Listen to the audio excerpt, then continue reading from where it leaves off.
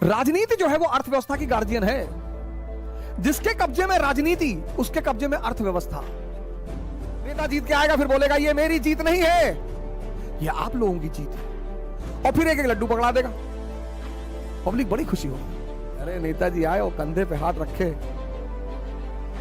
और कहे ये तुम्हारी जीत है।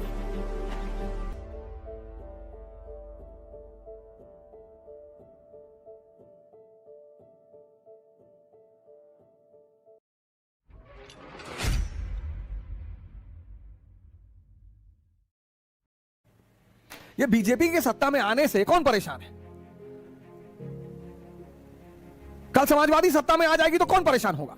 हर पॉलिटिकल पार्टी के जो समर्थक होते हैं, दो तरह के समर्थक होते हैं। एक तो भावुक समर्थक, जनता जान देती कि कुछ मिलेगा नहीं, नेता जीत के आएगा फिर बोलेगा ये मेरी जीत नहीं है, ये आप लोगों की जीत है, और फिर एक एक लड्डू पकड़ा देगा।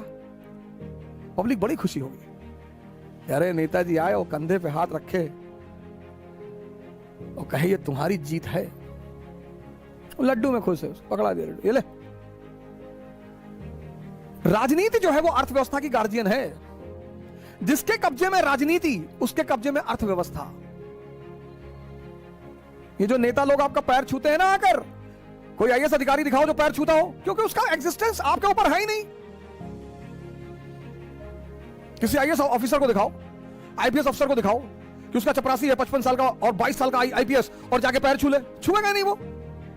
ये नेता आपका पैर छूते हैं। अब इलेक्शन आ रहा, पैर छुए, खड़ा खट पैर छुएंगे सब। और गांवों में जाके तो गाय का पैर छू ले, बकरी का पैर छू ले, किसी का भी छू ले। सर ये पैर छुआना बंद करवा दो। इतना पैसा आता है ना, 5 करोड़ तो सांसद निधि आती है, वो तो इनके लिए चाय पानी के लिए है, 25 करोड़ 5 साल में। बाकी तो ये अरबों रुपए का धंधा करते हैं। ये 100-100 करोड़, 200-200 करोड़, 300-300 करोड़, 400-400 करोड़ जो इलेक्शन में लगाते हैं ना सर, तो 1000 करोड़, 1500 करोड़, 2000 करोड़ कमाते हैं। तब तुम वीडियो खींच के डालते हो, गोंडा की शहरों पर, सड़कों पर पानी का भराव भरेगा ही। जब तक इस देश की जनता पैसा लेकर वोट देगी, शराब लेकर वोट देगी, तब तक इस देश में नेता कभी अच्छा होगा ही नहीं, होगा ही नहीं। क्योंकि जो अच्छे लोग हैं उनके पास पैसा ही नहीं है। कलाम साहब, उनके पास कहां पैसा है?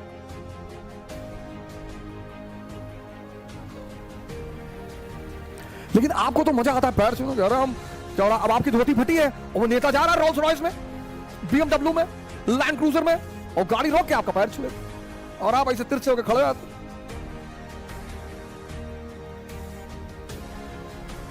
वो पैर छूता ही है पैर खींचने के लिए। ये यूपी बिहार, ये क्या है? सीरिया और इराक है हिंदुस्तान के।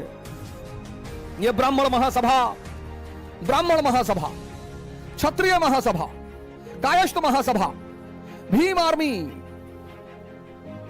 ये सब कौन है? ये ठेकेदार हैं,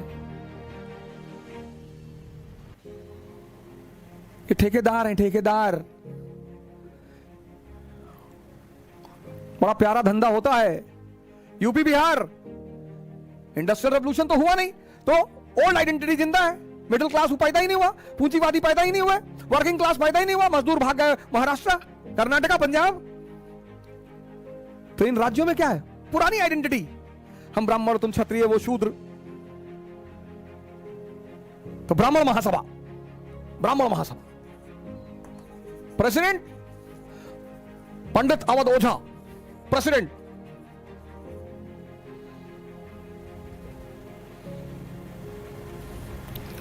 अब यूपी के ब्राह्मण वोट चाहिए बहन मायावती जी को, बसपा को। तो बहन मायावती जी ने इनको बुलाया कि पंडित जी, बोले जी बहन जी, बोले 500 रुपया पर वोट। बोले बहन जी जय जयकार हो आपकी। बोले और 2 पेट्रोल पंप। अरे बोले बहन जी आप तो साक्षात दुर्गा का अवतार है। और बोली पंडित जी एक मिनिस्ट्रियल पोस्ट भी दूंगी आपको, मंत्री पद। अरे तो अब इन्होंने चुनाव से पहले ब्राह्मण महासभा की मीटिंग करनी शुरू की पूरे यूपी में। तो ब्राह्मण, मरी हुई कौम, सब इकट्ठा हो गए, दलित इकट्ठा हो गया, मुसलमान इकट्ठा हो गया। तो जागो, खड़े खड़े हो जाओ, सब खड़े हो गए, बोले ऐसे नहीं खड़ा होना है, एकजुट होना है।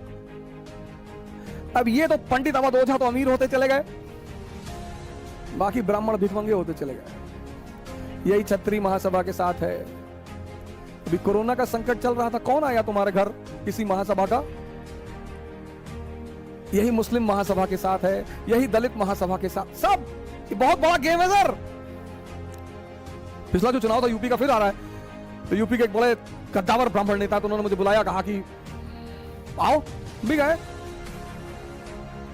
कहे आपको सेवाएं देनी पड़ेगी। मैंने कहा सेवा ले लीजिए सर, डॉलर कितना दो? बोले डॉलर? हाँ। मैंने कहा सर पैसा? बोले अपने समाज के काम के लिए पैसा चाहिए। अरे मैंने कहा सर यूपीएससी की तैयारी की है सर, हिस्ट्री पढ़े हैं सर, पॉलिटी पढ़े हैं, इकोनॉमी पढ़े हैं, थोड़ा बहुत साइंसवा भी पढ़े हैं, करंट अफेयरवा तो आज तक पढ़ते हैं सर। पैसा बोलो सर, जागरण तो किसी का करवा लो, किसी का भी, पैसा बताओ। बोलो तुम्हारे जैसे लोगों की वजह से ये समाज बर्बाद है। बिगड़े। मेरा जब अटेम्प्ट खत्म हुआ तो कोई मुझसे मिलने नहीं आया।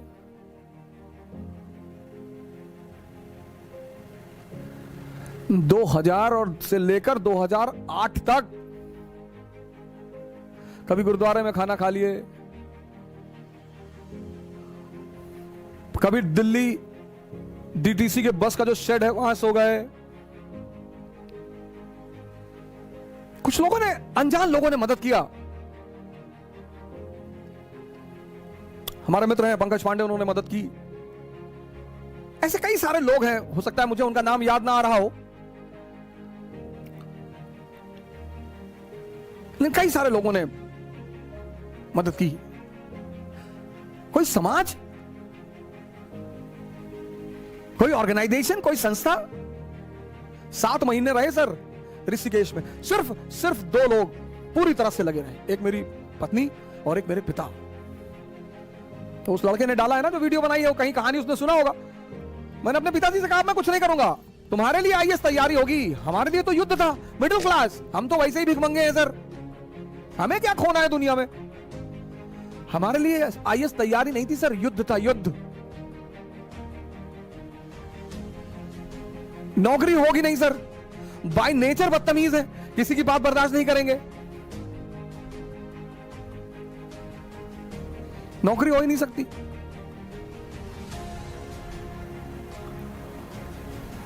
नौकरी तो हो ही नहीं सकती थी सर। 7 महीने मैंने अपने पिताजी से कहा मैं कुछ नहीं करूंगा, आप बोले मत करो, लेकिन जब तक मैं जिंदा हूं तुमको आकर मैं पैसा देता रहूं। तब मुझे प्रैक्टिकली पता चला कि यार वाकई में मां बाप भगवान के रूप होते हैं। मेरे कमरे में 10-10, 20-20 लोग बैठे हैं और खेल चल रहा, पार्टी चल रही है, अंडा करी बन रही है और मीटिंग हो रही है, सब गायब। इसलिए मैं हर उस आदमी को अपराधी मानता हूं और शैतान मानता हूं जो अपने मां बाप के साथ बदतमीजी करता है।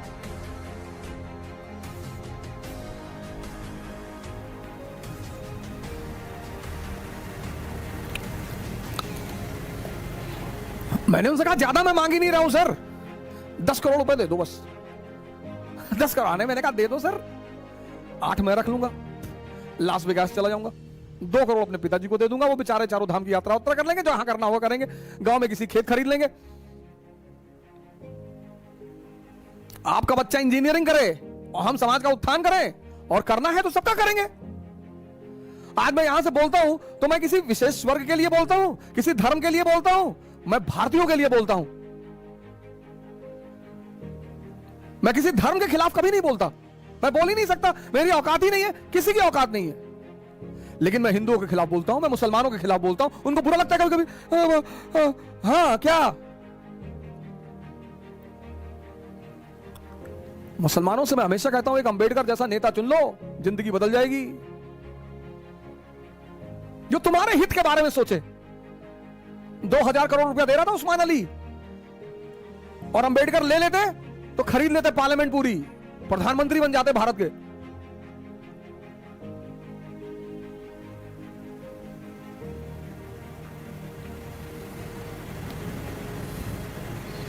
लेकिन जो अंबेडकर की पूजा करते हैं वो भी अंबेडकर के बारे में कुछ नहीं जानते 90%। बस वो गाए जा रहे जय भीम जय भीम। अरे कुछ पढ़ लो भैया अंबेडकर के बारे में, उनकी समाज की अवधारणा, उनकी राजनीतिक अवधारणा कुछ पढ़ तो लो। मैंने खबर पड़ी इटावा में 2 बंधु पकड़े गए कि हम ब्राह्मणों की हत्या करेंगे। काहे करोगे भैया? हालांकि ये सब इलेक्शन प्रोपेगेंडा, अब इलेक्शन आ रहा है, ये सब होगा। अब तुम्हें बचना है। अगर तुम्हें भारत में जातिवाद, संप्रदायवाद इसको नियंत्रित करना है तो बस एक छोटा सा काम कर दो, बहुत छोटा सा।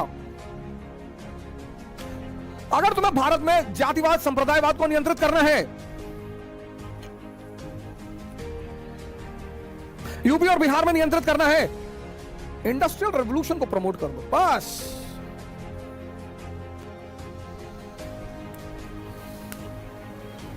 उन्नीस 1950 से लेकर आज तक बिहार देखो, कोई लालू प्रसाद यादव, जगन्नाथ मिश्रा, कोई भी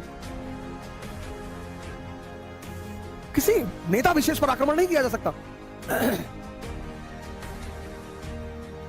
आज जो भारत की दुर्दशा चल रही है वो आज के सरकार की वजह से है। 10 साल आदरणीय मनमोहन सिंह जी प्रधानमंत्री रहे, 10 साल अर्थशास्त्री थे। जब उन्होंने मनरेगा से काम चलाया, जब उन्होंने इकोनॉमी की बेसिक रिफॉर्म्स पर ध्यान नहीं दिया, तो हम अंकल जी से क्या आशा करें?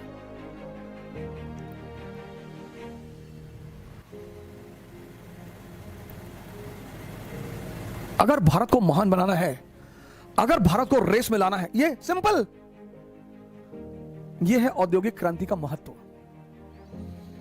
औद्योगिक क्रांति क्या करेगी? राष्ट्रवाद और राष्ट्र की अवधारणा को मजबूत करेगी। यह समझना है। सिर्फ सोशल रिफॉर्म करने से काम नहीं, आपस में प्रेम करो, देश प्रेमी हो, गाना गाने से कुछ ना होगा। रोजगार मिलना चाहिए लोगों को, शिक्षा मिलनी चाहिए, स्वास्थ्य मिलना चाहिए। Why Americans are proud of their country? Why they want to die for their country? Because वो देश उनकी बेसिक नेसेसिटीज को पूरा कर रहा है।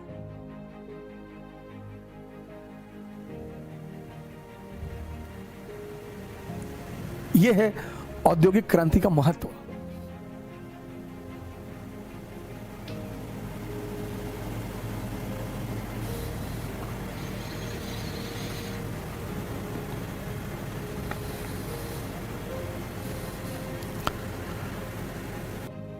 एक प्रार्थना सभी से करूंगा, जागिए और जगाइए। जय हिंद।